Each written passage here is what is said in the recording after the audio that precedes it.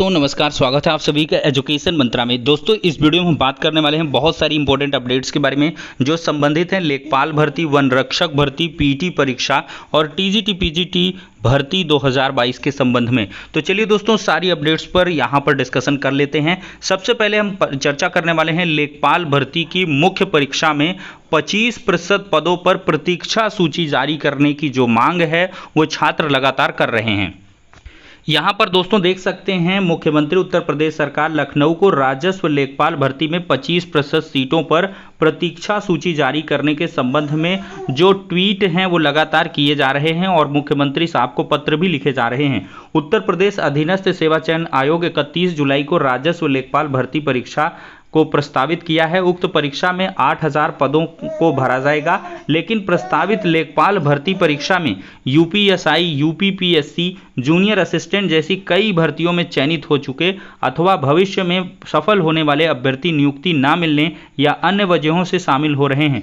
प्रतियोगिताओं का आकलन है कि 8000 यानी कि जो प्रतियोगी छात्र हैं, यहाँ पर थोड़ा सा गलत लिखा है, उनका आकलन है प्रतियोगी छात्रों का कि 8000 राजस्व लेखपाल पदों के सापेक्ष 2 से 2500 पद अन्य परीक्षाओं में चयनित होने के फलस्वरूप रिक्त हो जाएंगे। तो ऐसे में कम से कम 25% जो प्रतीक्षा सूची है उसको जारी किया जाए, जिससे ज्वाइनिंग ना करने वाले अभ्यर्थियों को सीटों को भरा जा सके। तो उक्त के संबंध में यूपीएससी के अध्यक्ष को आवश्यक दिशा निर्देश जारी करने का कष्ट करें, जिससे लेखपाल की सीटें खाली न रहें। तो बहुत ही अच्छा अप्रोच है छात्रों का, आप ज़्यादा से ज़्यादा जो ट्वीट हैं वो करें। और यहाँ पर दोस्तों 25% अगर प्रतीक्षा सूची के माध्यम से पदों को मतलब रिजर्व कर लिया जाए या बाद में इनकी सूची जारी कर दी जाए, तो अभी से कोई नोटिफिकेशन आ जाए इसके रिगार्डिंग या नोटिस ही जारी हो जाए तो छात्रों का काम बन जाएगा। और ये एकदम सही बात है कि बहुत सारी जैसे यूपीएसआई हो गया, यूपीपीएससी हो गया, यूडीए एलडीए का हो गया, और भी बहुत सारे रिजल्ट्स हैं एसएससी सीजीएल वगैरह में जो हो जाएगा, या 69,000 की 6800 आरक्षण सूची में जो नौकरी तब तक में पा चुका होगा तो वो लेखपाल में क्यों जाएगा। तो इन सभी जो वजहें हैं इनकी वजह से सीटें ना खराब हों, इसके लिए छात्र लगातार ट्वीट कर रहे हैं। और बहुत सारे छात्र जो है वो लेखपाल भर्ती की मुख्य परीक्षा में जो 31 जुलाई को होनी है अपीयर भी हो रहे हैं। तो फिलहाल के लिए ये हो जाती है लेखपाल भर्ती से जुड़ी हुई बड़ी अपडेट। अब दोस्तों दूसरी अपडेट है यहाँ पर जिला विद्यालय निरीक्षक गोंडा की तरफ से पुलिस अधीक्षक जनपद गोंडा को जिला सूचना अधिकारी को ये एक लेटर लिखा गया, 28 जुलाई की डेट का है, बहुत ही लेटेस्ट है। और यहाँ पर दोस्तों साफ तौर पर आप देख सकते हैं उत्तर प्रदेश अधीनस्थ सेवा चयन आयोग द्वारा प्रारंभिक जो अर्हता परीक्षा यानी कि पीटी 2022 का आयोजन है वो 18 सितंबर को 2 पालियों में कराया जाना प्रस्तावित है। यह परीक्षा आयोग की सबसे महत्वपूर्ण और साफ साफ लिखा है बृहद परीक्षा है, जिसमें परीक्षार्थियों की संख्या प्रथम पाली में 32,000 और द्वितीय पाली में 32,000 है। तो 64,000 जो अभ्यर्थी हैं वो एक एक जिले में यहाँ पर एग्जाम देने वाले हैं। उक्त आयोजन की जाने वाली परीक्षाओं में अभ्यर्थियों की अधिक संख्या और मानक के अनुरूप परीक्षा केंद्रों की आवश्यकता के दृष्टिगत परीक्षा केंद्रों का निर्धारण किए जाने के संबंध में जनपद के जिलाधिकारी की अध्यक्षता में गठित समिति के निर्देशन और देखरेख में सुचितापूर्वक आयोजित संपन्न कराई जाए, जिसमें आप सदस्य हैं। तो यहाँ पर दोस्तों एक मीटिंग है 29 जुलाई को इनकी बुलाई गई है, लेकिन हमारा जो मकसद है वो ये कंफर्म करने का है कि जो पेट का एग्ज़ाम है 2022 का वो 100% आपका 18 सितंबर को ही होने जा रहा है। और साथ ही साथ यहाँ पर दोस्तों वन रक्षक और वन्य जीव रक्षक सामान्य चयन प्रतियोगात्मक परीक्षा 2019 की लिखित परीक्षा 21 यहाँ पर दोस्तों अगस्त रविवार को आयोजित होनी है। तो ये भी यहाँ से क्लियर हो चुका है। तो 2 परीक्षाएं आपको बड़े पैमाने पर देखने के लिए मिलेंगी। एक वन रक्षक वन्य जीव रक्षक की जो 21 अगस्त को है ये भी कंफर्म हो चुकी है, और पीटी 2022 की एग्ज़ाम जो है वो 18 सितंबर को देखने के लिए मिलेगा। 40 लाख से ज़्यादा अभ्यर्थी यहाँ पर पूरे उत्तर प्रदेश में अपीयर होने वाले हैं। दोस्तों अगली सूचना है टीजीटी पीजीटी 2022 से जुड़ी हुई। दोस्तों इसके लिए एक नया केस जो है वो दाखिल हो चुका है। इसकी जानकारी आपको मैंने पहले ही वीडियो के माध्यम से दे दी थी कि 22,000 सीटों को जोड़ने के संबंध में लगातार जो केस हैं वो विभिन्न ग्राउंड्स के माध्यम से हो रहे हैं। तो एक नया केस दाखिल हो चुका है फिर से।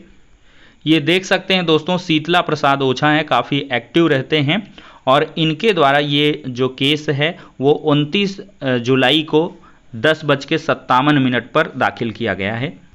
सबूत के तौर पर यहाँ पर दोस्तों देख भी सकते हैं, शीतला प्रसाद ओझा वर्सेस पेटिशनर्स हैं state of UP through its additional chief secretary intermediate education UP at Lucknow and others को रिस्पोंडेंट बनाया गया है।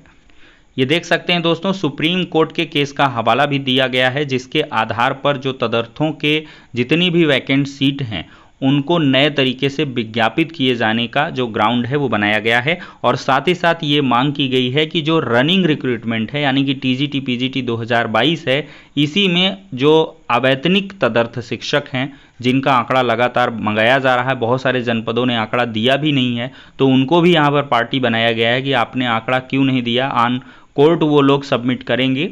और साथ ही साथ जो आंकड़े आएँ तो उसके आधार पर इन पदों का जो अधियाचन है वो तत्काल मंगा के 2022 के टीजीटी पीजीटी नोटिफिकेशन में जोड़ दिया जाए। इस अपील की मुख्य जो ग्राउंड है वो यही है। यहाँ पर भी दोस्तों आप देख सकते हैं, कुल मिलाकर जो केस है वो दाखिल हो चुका है।